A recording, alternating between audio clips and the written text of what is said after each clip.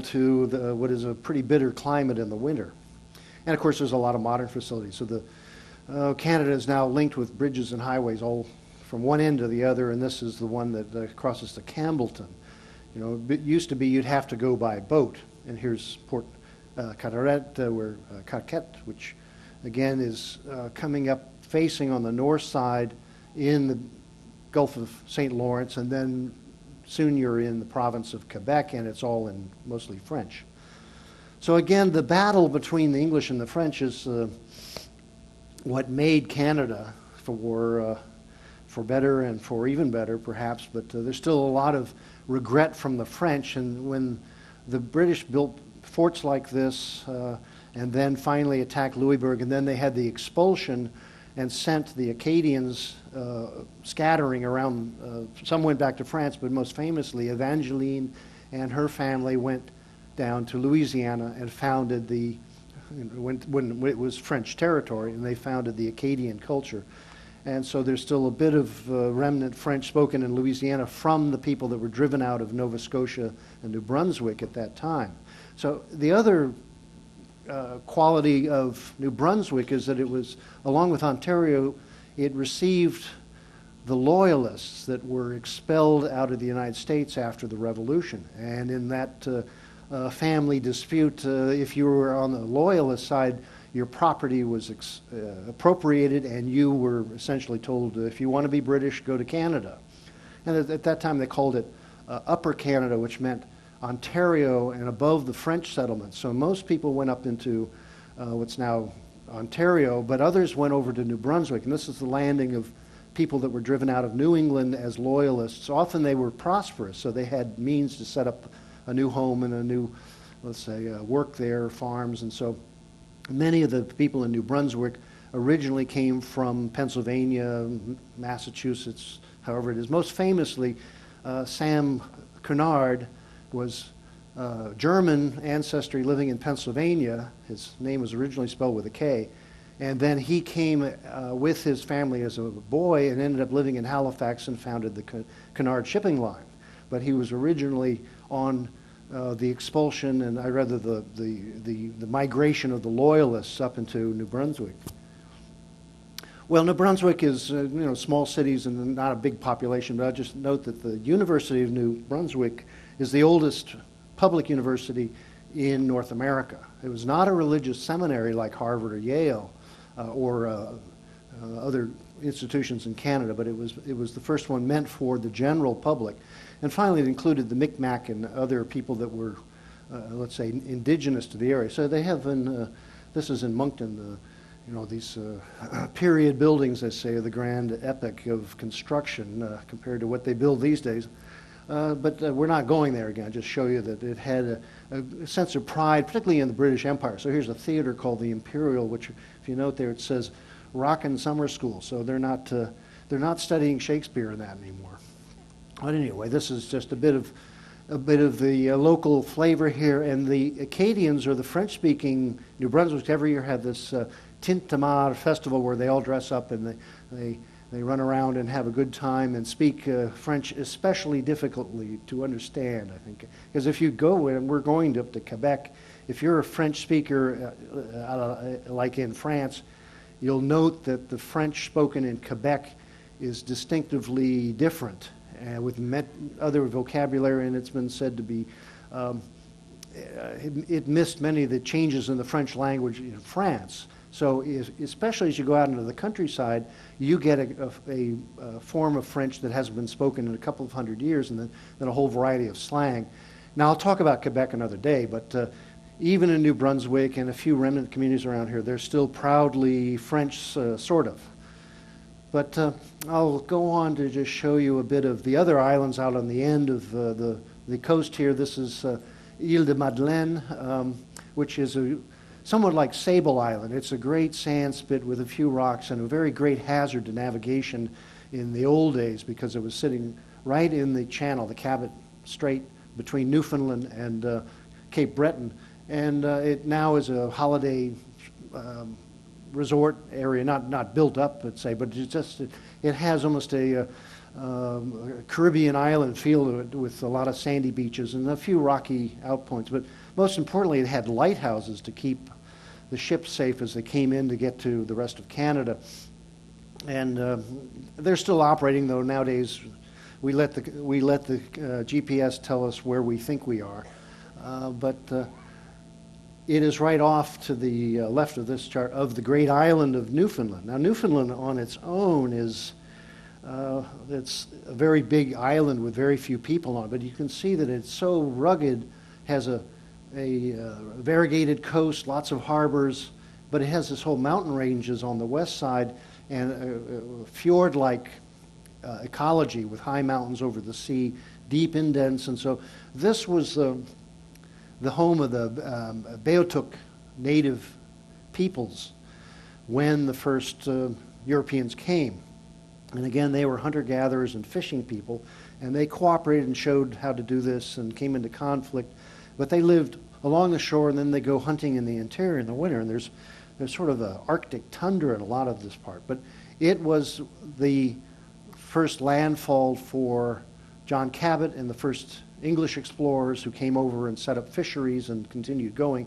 This is the old colonial flag of Newfoundland, which, again, they gave the name Terra Nova, so literally the newfound land, but it had as its major economy, all until recently, the fisheries. The forestry is not that significant because it's so cold in the winter, things don't grow very big up there, and it's lashed by storms in the Atlantic, and it's a very rough place, but in the summer it's very scenic. Now, when the British came in, they started to try to understand this complicated land and ocean conditions.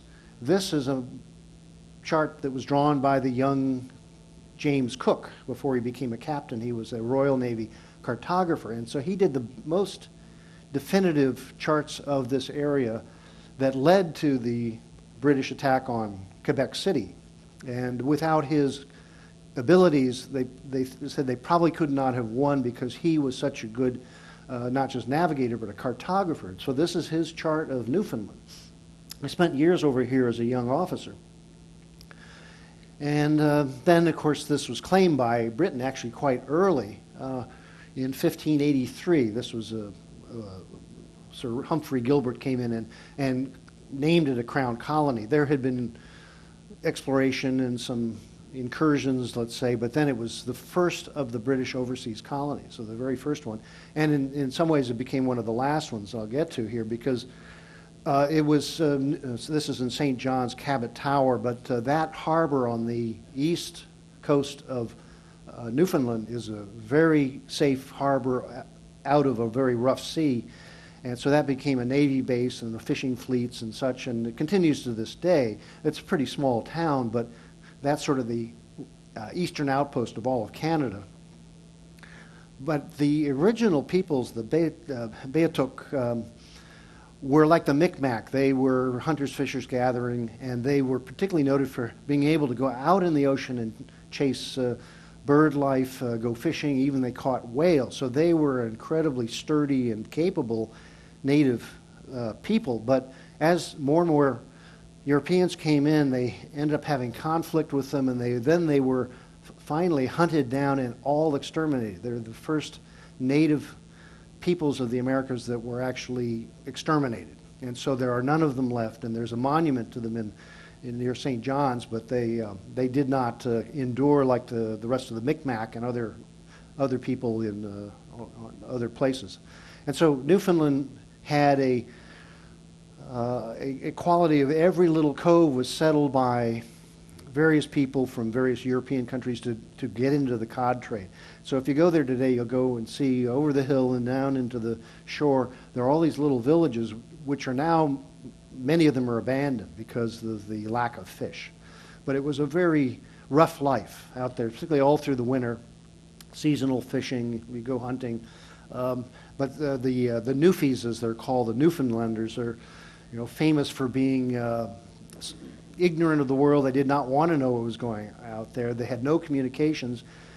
Occasionally they would gather what resources they had, and they would go back to Bristol, where in England, where much of the trade was centered from Newfoundland. And so that was a enduring relationship to this day somewhat, except that Newfoundland now is becoming underpopulated just because there's no work and the youth just leave. But the Newfies, they're the butt of many a joke in Canada, but the one saying I remember of the Newfoundlanders is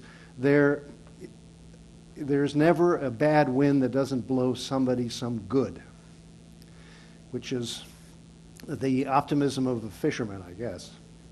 Well, anyway, we don't get to go there, but you'll see little villages like this in other parts on our way up the St. Lawrence, but nothing as remote as in Newfoundland.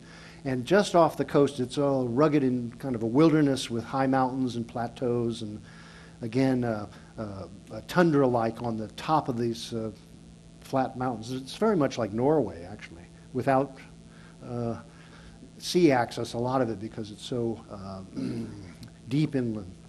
Well, Newfoundland became the last province of Canada to join the Confederation in 1947. This is the provincial minister, Joseph Small, who's signing away. And it was much complained that in Newfoundland that why should they join all those other Canadians when they had their own island? And so they finally had a referendum, and it won that they would join the Canadian Federation just because they would get more preferential trade and assistance by being part of Canada rather than remaining a British colony.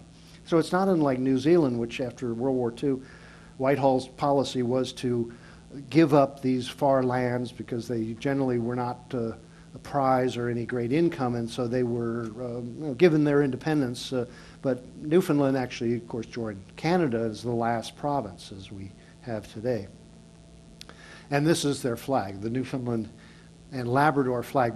For convenience, Labrador, which is, of course, north of Newfoundland and even less populated and vast, they decided to make a joint province with it, and so they joined the flag. And so this is the new flag of Newfoundland of recent approval. So it sort of does have you have not only a bit of the Scottish Saltaire, you have a Micmac symbology, and so I'm not sure where the origin of this flag is, but it's an unusual one. And then there's the new Canadian flag of much dispute a number of decades ago, and then the flag of Quebec. And again, I'll be speaking about more about the St. Lawrence River and then Quebec and Montreal as we go along. But as I say, Canada is a vast country, and there's always more to find out about it. And I appreciate your coming to my lectures. And if you have any questions, I will again be out in the Mariners Lounge back out here if you want to talk more about it. Thank you very much, and welcome to Canada.